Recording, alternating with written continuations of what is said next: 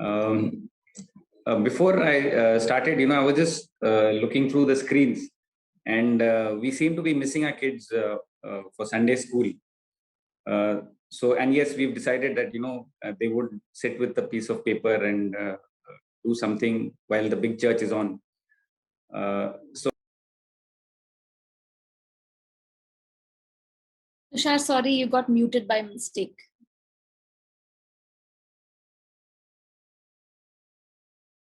Tushar, you're on mute.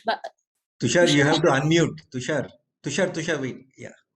So we lost you. Last 2 minutes, what you're saying, we lost you. Yeah. So will you please repeat? Yeah. So you could note down anything that I have been, saying, and just pick up some verses, or maybe one verse, and you could use that as a memory verse. You could draw something, anything that you like, probably my face or that painting behind or something like that. And if you're really into listening to what I'm really saying, you could listen out for 3 words, and maintain a tally as how many times I said it. So I'll tell you the 3 words. One would be gospel, yeah. The other would be Jesus Christ, yeah. And the third would be psychotherapy, yeah. So you could just listen out for these 3 words: gospel, Jesus Christ, and psychotherapy, yeah. So now back to the bigger lots, the bigger children, yeah. So we've been through this series for quite some time now, the gospel renewal. And what I really felt was that I should be, sharing the word on the relevance of the gospel in our culture today. So, and I believe that as a church, we should be able to tie in what we've been learning and what we've been hearing with our vision statement. Yeah. So our vision statement basically tells us that we are to, impact lives across Kochi and beyond by, building these communities that enjoy, proclaim, and demonstrate the love of Jesus Christ. So what I'm really going to share is something we have always heard in the past. I just hope that it would give us a fresh perspective, a different perspective, and uh, on the same thing, on the gospel, and how it really is to help us as a church, and help us in our vision and achieving our vision. For that, again, I would need to revisit some of the attributes of God which have already been discussed in this series. I would like to revisit the aspect of God's holiness, and I would also like to revisit the aspect of God's love. So before I begin, let me just pray for us. Lord, I pray that as I serve my brothers and sisters in Christ, I pray, Lord, that you would really give me the wisdom and give me the right words as I speak. And I pray, Lord, that this time would be a time of great revelation for us and a great stirring within us, Lord, to really stand up as a church and to do your will. We ask this in Jesus' precious holy name. Amen. So now looking at the aspect of God's holiness, okay, let's just turn to Exodus chapter 3, verse 2 onwards, verse 2 till verse 6. This is about the burning bush. Exodus chapter 3, verse 2 till verse 6. There the angel of the Lord appeared to him in flames of fire from within a bush. Moses saw that though the bush was in fire, it did not burn up. So Moses thought, I will go over and see this strange sight, why the bush does not burn up. When the Lord saw that he had gone over to look, God called to him from within the bush, Moses, Moses. And Moses said, Here I am. Do not come any closer, God said. Take off your sandals, for the place you are standing is holy ground. Then he said, I am the God of your father, the God of Abraham, the God of Isaac, and the God of Jacob. At this, Moses hid his face because he was afraid to look at God. So here in the Bible, this is the first time we are seeing God referred to as holy. Yeah. And God is revealing himself in a fire, because fire is an image of God's holiness. It always has been, even in that culture, even in our culture, we do associate fire uh, with having the purifying and the refining quality. So fire as an image of holiness, really, God is using that to really speak to Moses. Moses is being asked to remove his sandals. God is really pointing out the gap between God and humans. He's really emphasizing that there is a separation between what is human and what is divine. So God is really telling us that there is this otherness of God. There is this, he is really set apart. The holiness of God is not merely just the righteousness of God, but it is really the fact that he is really set apart. And Moses, through time, thereafter, he really understood the holiness of God. Before I get to Exodus 15:11, let's just recount what happened after this burning bush. Moses is commissioned to go to Egypt and pull out the Israelites from there. And through the 10 plagues, we see God act in a mighty way. God is serving to give an object lesson to both the Israelites and the Egyptians on his power. Why the Israelites? Because they were surrounded by these Egyptian gods who were all, who had their own niche speciality. There was a god of the Nile, there was a god of the sun, there was a god of the harvest, and so many other such gods. All of them, through these 10 plagues, God really showed who was powerful and who was actually nothing. So these 10 plagues have served as such an excellent reminder for the Israelites as to who their God is. The 10th plague, really an amazing one, the plague of the firstborn, where they had this near salvation-like experience where they have merely obeyed. They have slaughtered a lamb, they have put the blood on their doorposts, and they have seen the angel of death pass them over. And the Egyptians are the ones who are losing their firstborn.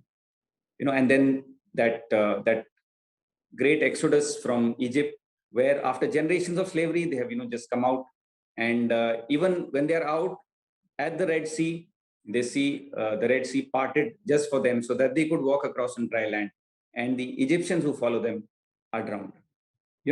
So Moses in Exodus 15 is really singing this victory song along with the Israelites. And I'm quoting from Exodus 15:11, verse 11. Who among the gods is like you, Lord? Who is like you, majestic in holiness, awesome in glory, working wonders? So Moses, when it comes to God's holiness, he really is experiencing and really appreciating God for the majesty which he has in his holiness. That amazing sense of awe is there when Moses is really praising God for all that he's done. Even through his wonders, even through his miracles, he's saying, you are majestic in your holiness. Also, let's just look at Psalm 99. There is the psalmist is David, and even David is talking about God's holiness. So I'm going to, just to really save on time, I'm just looking at select verses. Verse 3 in Psalm 99, let them praise your great and awesome name. He is holy. Verse 5, he says, exalt the Lord our God and worship at his footstool. He is holy. Again, verse 9, exalt the Lord our God and worship at his holy mountain, for the Lord our God is holy. So we see David really drawing us to praise and worship this God who is holy. He's also telling us that we need to exalt him. When we study the word exalt, it is basically asking us to promote or elevate someone. Yeah. So we lift them up, we raise them high. That is what exalt is. And this exalting is not just in our verbalizing it and speaking about it, but it's really about lifting them up elevating them even in our thinking. So David is also telling us that we have to really elevate God even in our thoughts. And that is where it all actually begins. That is where we really appreciate God for his holiness, for his otherness, for how separate he is from us. And this attribute of holiness is something, as Christians, I think we should really hold on to this really foremost as God's attribute, which is really the first among all equals, I would say. That this is something that really defines God. It separates him from others. And even at the risk of being repetitive, even Emmanuel had spoken about this. We are to really seek God for his face, not for his hand. Yes, we do come to God with our needs, with our wants, but really it is about appreciating God, praising him for who he is, for the holiness of God, and then put ourselves behind, suppress ourselves, suppress our wants. I mean, I'm not saying suppress in that sense, but really not give our needs the kind of priority, but rather give God that supremacy in our lives. And that is, I think that is the key to Christian living, and that is the key to how we should really approach God in prayer. That we elevate him and we really give him all the glory. And yes, we do have our needs, but there is a tension between just having to approach God as an ATM machine, than really just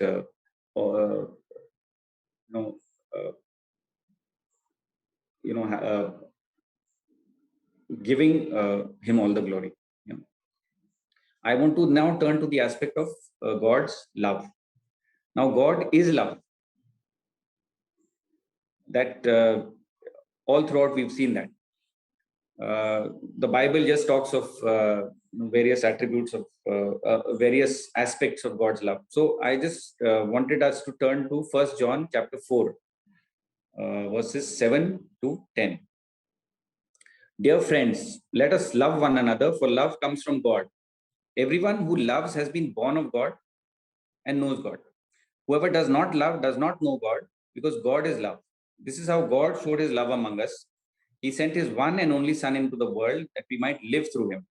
This is love, not that we love God, but that he loved us and sent his Son as an atoning sacrifice for our sins.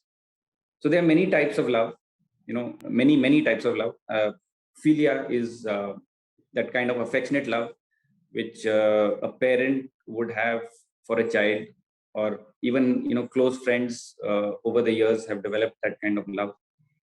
There is eros, the kind of romantic love that is seen in among spouses.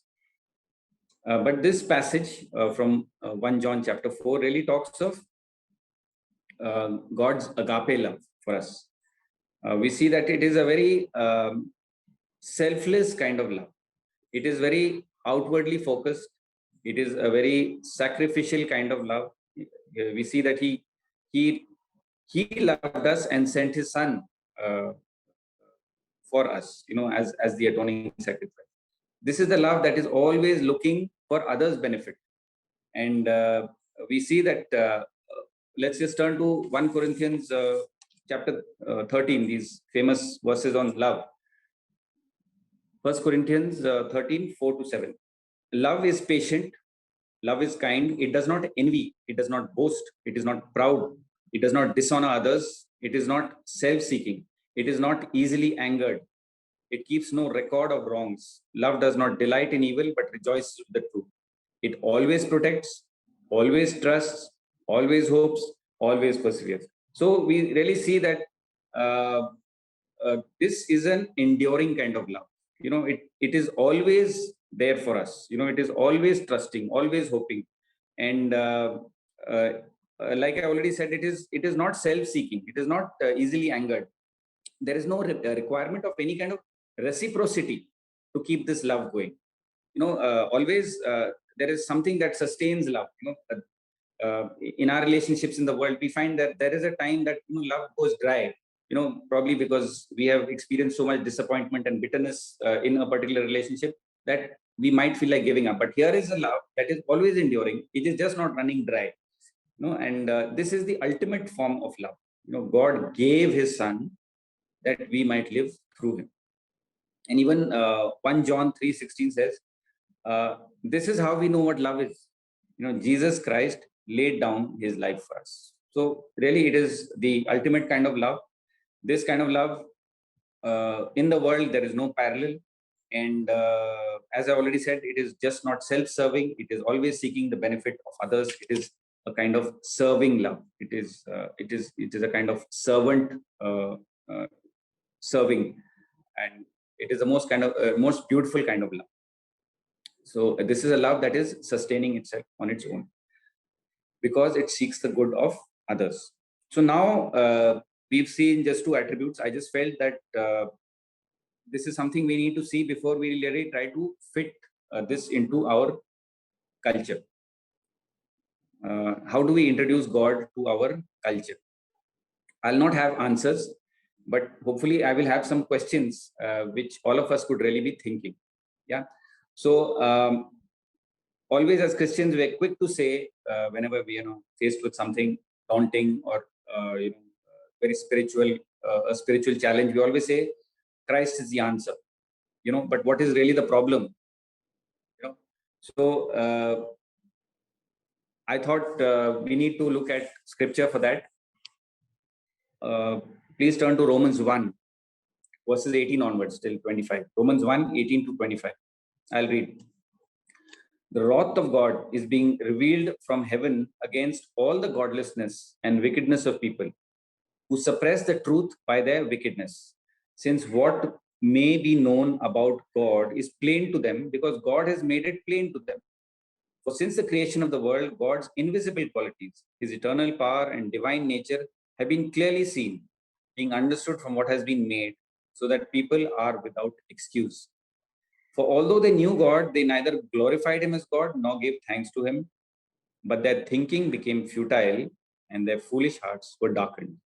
Although they claimed to be wise, they became fools and exchanged the glory of the immortal God for images made to look like a mortal human being, and birds and animals and reptiles. Therefore, God gave them over in the sinful desires of their hearts to sexual impurity for the degrading of their bodies with one another. They exchanged the truth about God for a lie and worshipped and served created things rather than the Creator, who is forever praised. Amen. So there you have it. God has made it plain to us about himself, but people have chosen not to glorify him. People are claiming to be wise, but they have actually been made foolish, because they have exchanged the glory of God for images that look like mortal human beings and animals and reptiles and whatnot. So, and this passage which we looked at really begins with telling us that God's wrath is being poured out on people. It's being revealed. So how is God really pouring out his wrath? We don't see that happen. But the word really tells us that he has really allowed them. God has allowed and handed over such people who have these sinful desires. He's handed them over to their sinful desires to go ahead and do it, which is actually a form of God's wrath, because we know that they are now out of the umbrella of God's protection when it comes to that particular aspect of that sinful desire which they are following. And we've seen it time and again. Why is this happening? What does this really imply? We as humans were basically we by our original design, we are supposed to have a fellowship with an infinite God. Yeah, but now we find that, and this passage is just bringing out that our souls have really shrunk. Why? Because we have replaced this infinite God whom we are supposed to be fellowshipping with. We replace him with very finite things. And now what we do is we're running after idols. which we place in our hearts. Yeah. So now, because we have rejected God, there is a religion of the self. We become the, center of the universe. Everything is supposed to, revolve around us. It's all about I, me, myself, and God is out of the equation. So I was listening to a talk on desiring God. This was recorded in 1998 by when Dr. David Wells was speaking. He was basically a research professor at the Gordon Conwell Theological Seminary. Now, he spoke so long ago, but really it's relevant today, because what he was saying, he was basically looking at everything through a biblical lens. And it is as relevant today as it was then. In fact, it really speaks about man's sinful heart. So the first thing he said was that our rejection of God has really brought about a great emptiness within us. So with this emptiness, what has happened is that there is a loneliness within us. We are not fellowshipping with with this infinite God now. So this loneliness is now leading to depression. Depression is on the rise, and suicides are on the rise. Yes. At any point in time in history, when we stand, it's like we just see the suicide rate rising. So it's true today also. Suicides are on the rise. Then he also said that the self, the individual self, has now suddenly been elevated. It's become very important. That's because we are not acknowledging our human nature. By human nature, I am trying to bring out that we are made in the image of God. We are not acknowledging that, but we are rather acknowledging the self. And we want to say that this self is very unique. It has its own likes and dislikes. It has a unique understanding of the world. It has its own persona, and I am set apart. This self is really set apart. There's a uniqueness to me, and there really is a lot of vanity when we make these kind of statements. As Christians, I do understand that we do understand that we are uniquely made, and we are made in God's image, that we are fearfully and wonderfully made. But when we are talking of the self, the way the world sees it, it is more with a sense of vanity, rather than as an acknowledgement that we are made in the image of God. Then he also said that we move from valuing character to valuing personality. Yeah, that's quite apparent. Look at the way we are voting nowadays. It's really a worldwide phenomena where regularly we are putting the wrong people into governance. We are putting the wrong people heading governments. And sometimes even in the church setting, we seem to think that X having a better personality than Y ought to lead in such and such field, whereas really it is character that should be really counting, rather than personality and how you are perceived as being exuberant or extroverted or whatever. I'm also reminded of a time. I just want to drive home the point. So I'm reminded of a time when I was trying to disciple the. Yeah, I'll not touch the government, John. Don't worry. I was trying to disciple the.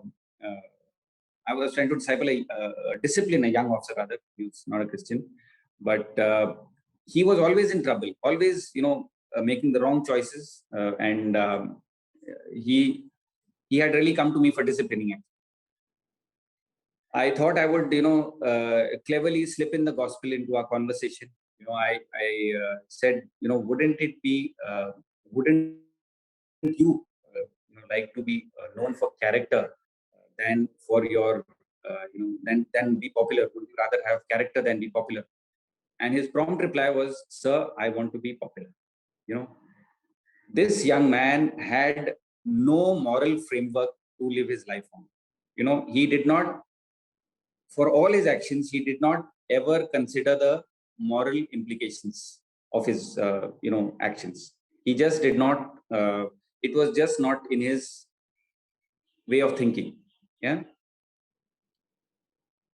So we have a problem, So what is the healer in this world? What is the healer for this? Yeah.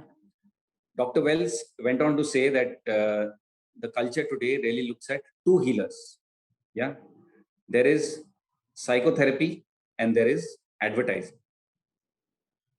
So now psychotherapy is the word, very clear. These are it's a technique where people go to a professional and really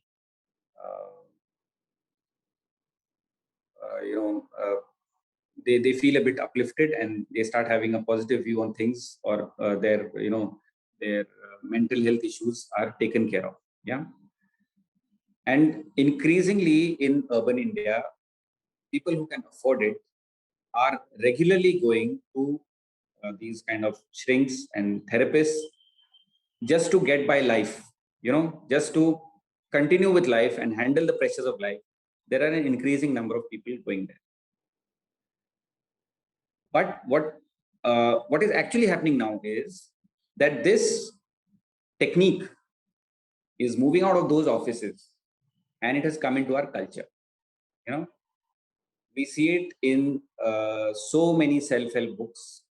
We see it in these spiritual gurus, these godmen, these motivational speakers, who are telling us that, you be strong, stay motivated, just to do it, and just seize the moment. But really the question for us is, how does a person who's sinking into, marshy land just grasp thin air and pull himself out of there? Yeah? So these kind of techniques have a very transient effect. These people have to, schedule monthly or weekly appointments, those who are going to shrinks, to really sustain themselves, So having said that about psychotherapy, let's look at advertising. Now, advertising is supposed to give us information about a product. Yeah. But is that really happening? As a child, I remember I must have been about Rio's age, or even smaller. There were these print ads. We didn't have TV and all them. So I remember seeing an ad where something like a Moldova or Bonvita or something was claiming that they are the best.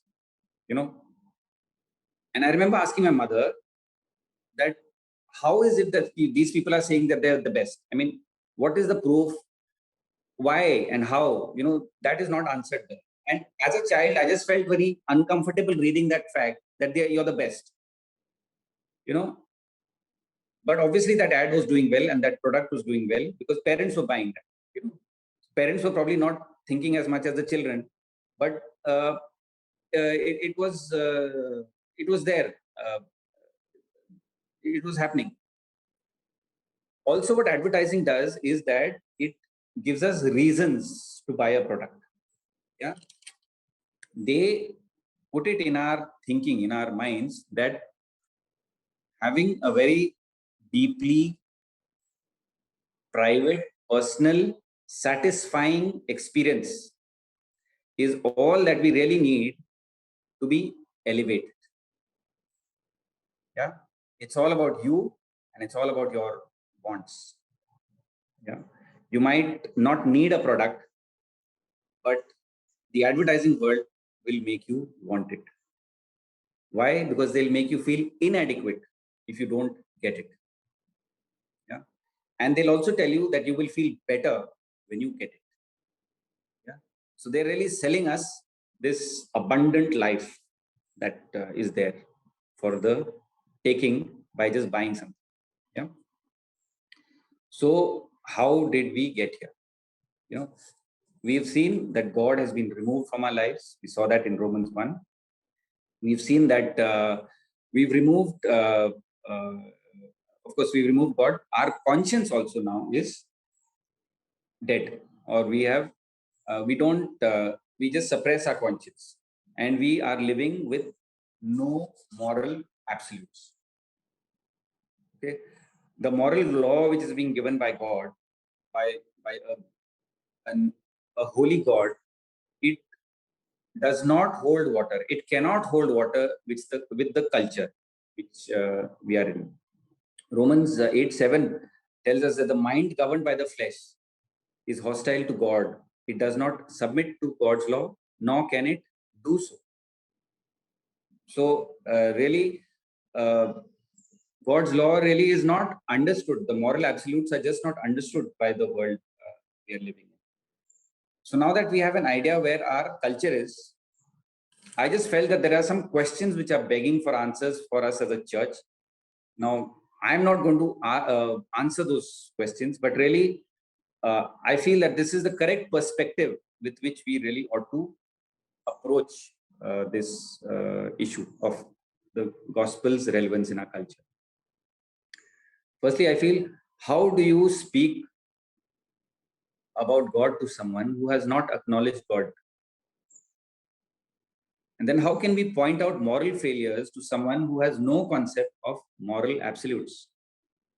You know, now with no moral absolutes, there is no sin. And with no sin, there is no sense of guilt. So why would someone feel the need of a savior when they do not carry a sense of guilt? What do they need saving from?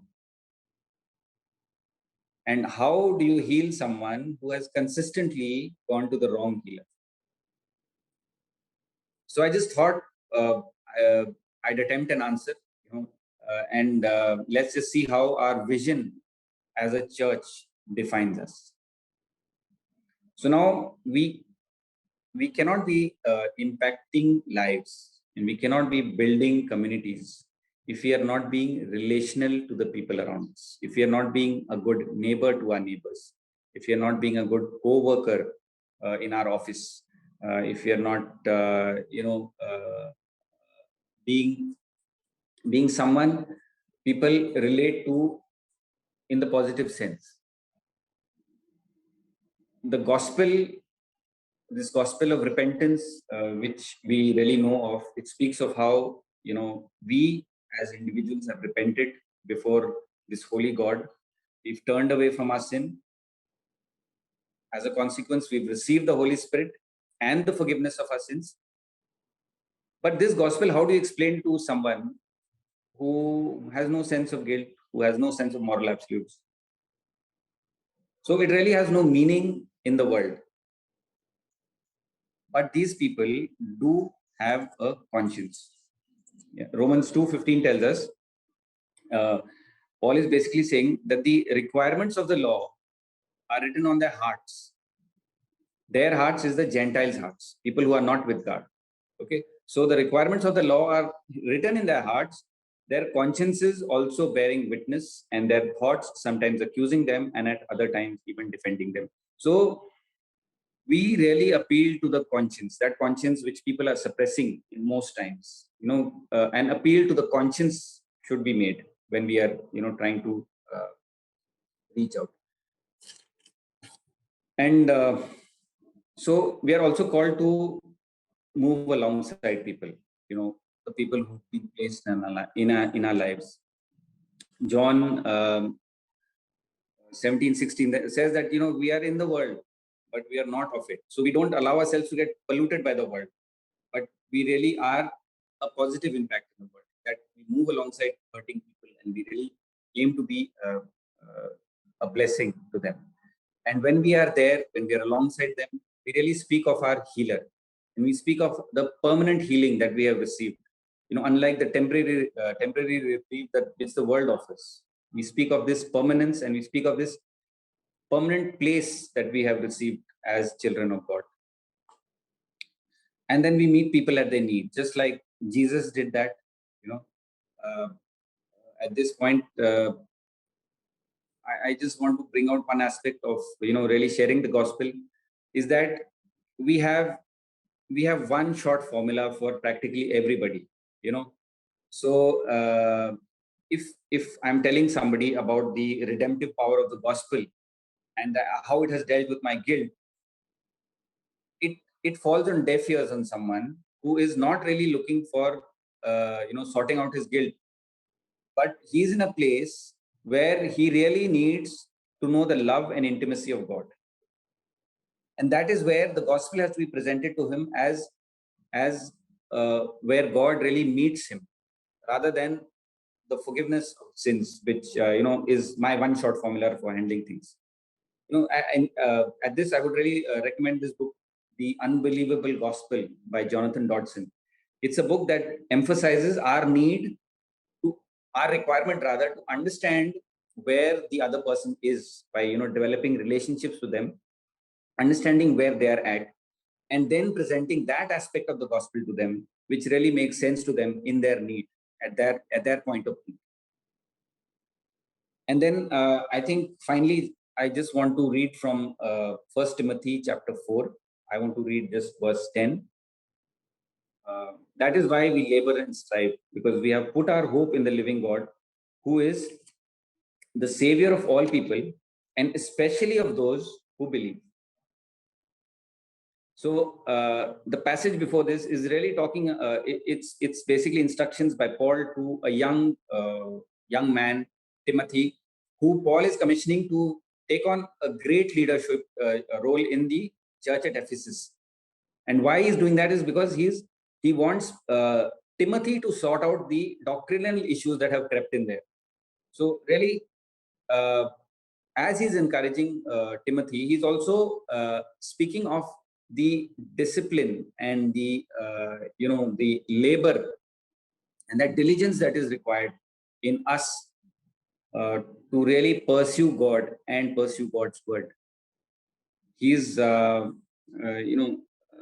are times we feel very dry. We feel that the Spirit is not there with us today, or I just don't feel like doing this today. We do have those kind of days, but Paul is really bringing out that we need to be really diligent, and we need to really press on as Christians to meet the world and really meet with God on a daily basis to really be effective out here. I just thought I'd use this also to really commend some of the young people who are making it time and again every day to come for the morning prayer where we're praying against this COVID situation. And I think that is the kind of labor that really Paul is referring to, and he's really saying that we need to press on and really continue with this. And also, as I close, Church, I would really like to remind us that we are the pastors to this world.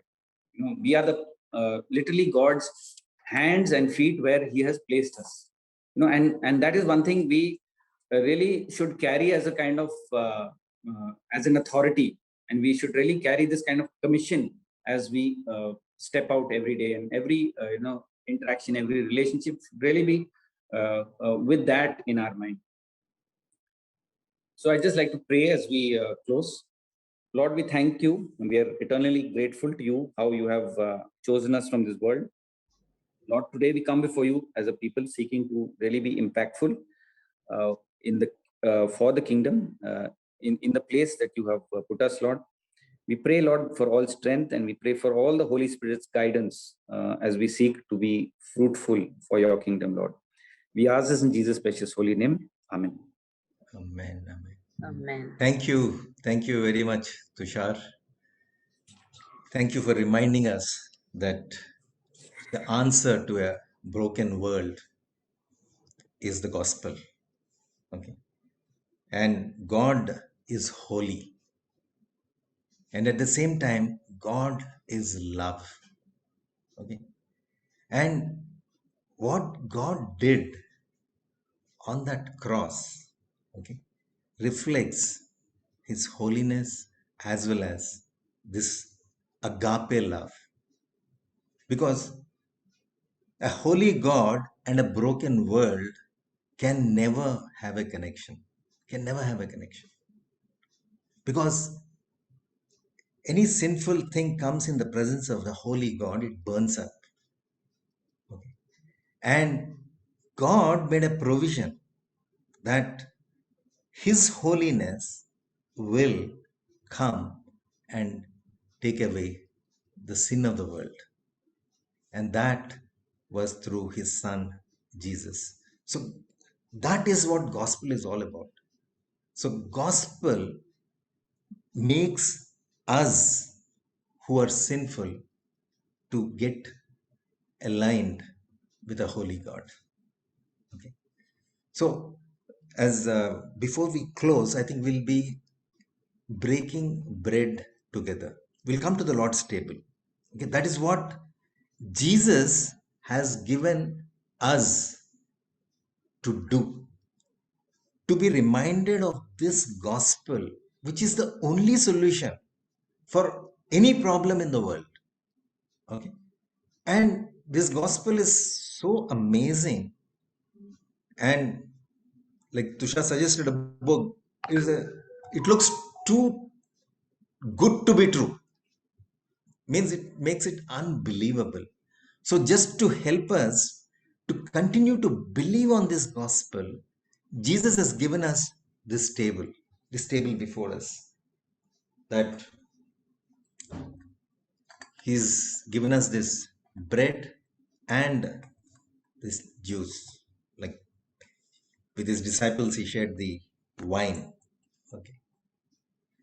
To tell the world, and especially the people who know him, to remind them that I am the bread of life.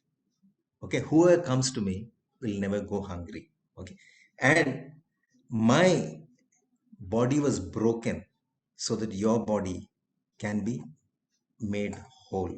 Okay, in the same way, he took the cup, okay, and he said, this cup represents the blood that I shed for the forgiveness of your sin, and also for the new covenant which is signed in his blood.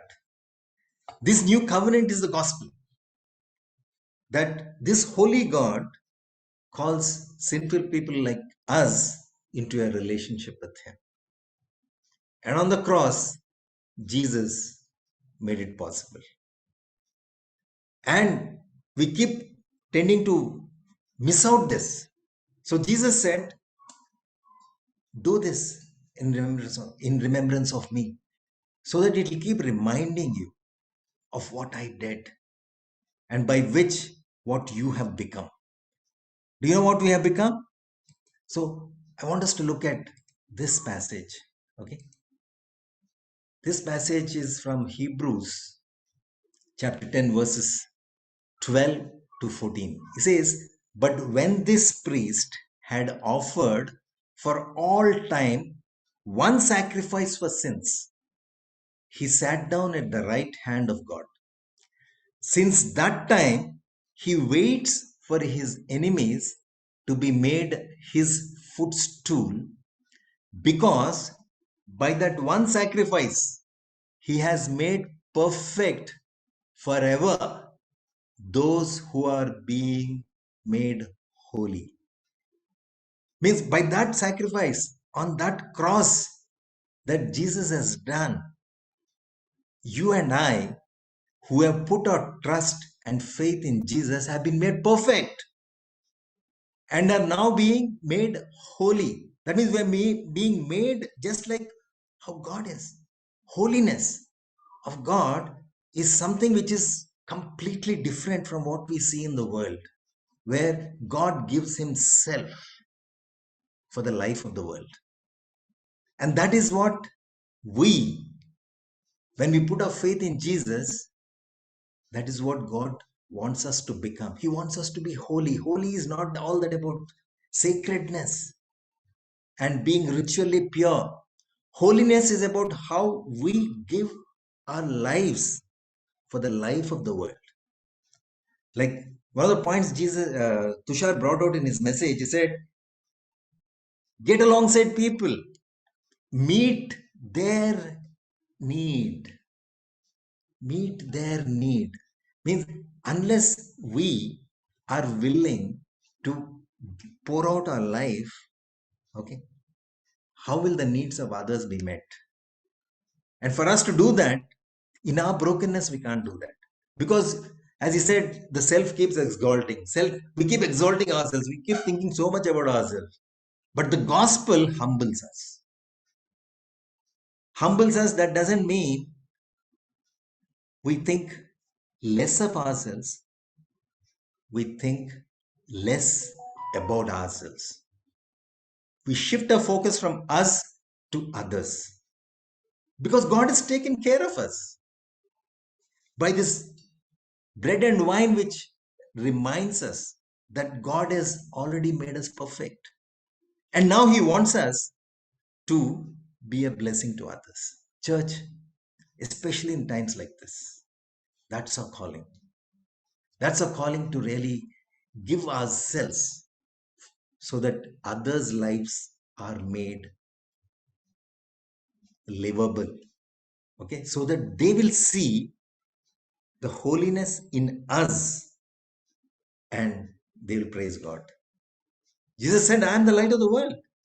But when we follow Jesus, when we put our trust in Jesus, then He says, you are the light of the world.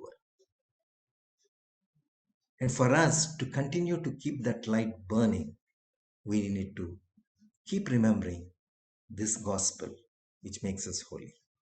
Okay, let's thank God for this. Father, we thank you. Thank you, Lord, for this amazing love that was extended to us. Thank you for this provision of your Son, the very bread of life, Lord, who's come. And Lord, his body was broken on that cross so that we can be made whole and enter into that beautiful covenant which your blood has brought that into existence, so that we enter into that covenant not because of our righteousness but because of what Jesus did for us on that cross.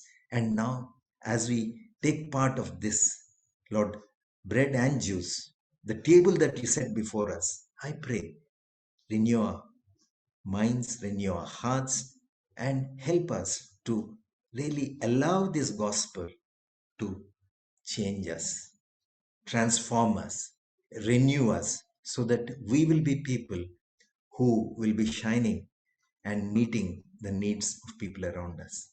In Jesus' name, we pray. Amen. Amen. So, wherever you are, you can just pray with one another and break bread and partake of this. Thank God for this amazing gospel which has changed us forever. He's made us perfect forever. That's what the word says. And now, may the grace of our Lord Jesus Christ, that has made us perfect forever, because of the unconditional love of the Father and the ever dwelling presence of the Holy Spirit who lives in us, constantly reminding us of this great truth, be with each and every one of us now and always as we go out and be a light for people outside, so that they too can experience this wonderful gospel and get their lives transformed. In Jesus' name we pray. Amen.